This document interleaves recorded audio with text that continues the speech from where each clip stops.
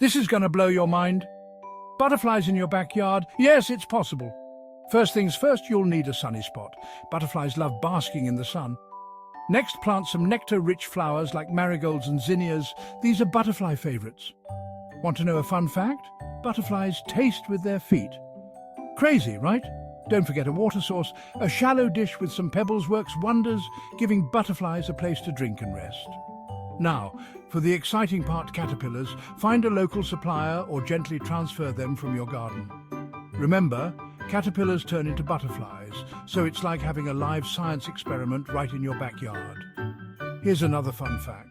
Monarch butterflies travel up to 3,000 miles during migration. Imagine the stories your kids will tell. Lastly, create a safe space with little to no pesticides. Butterflies are delicate and we want them to thrive. And there you have it, a butterfly farm that's educational, fun and beautiful.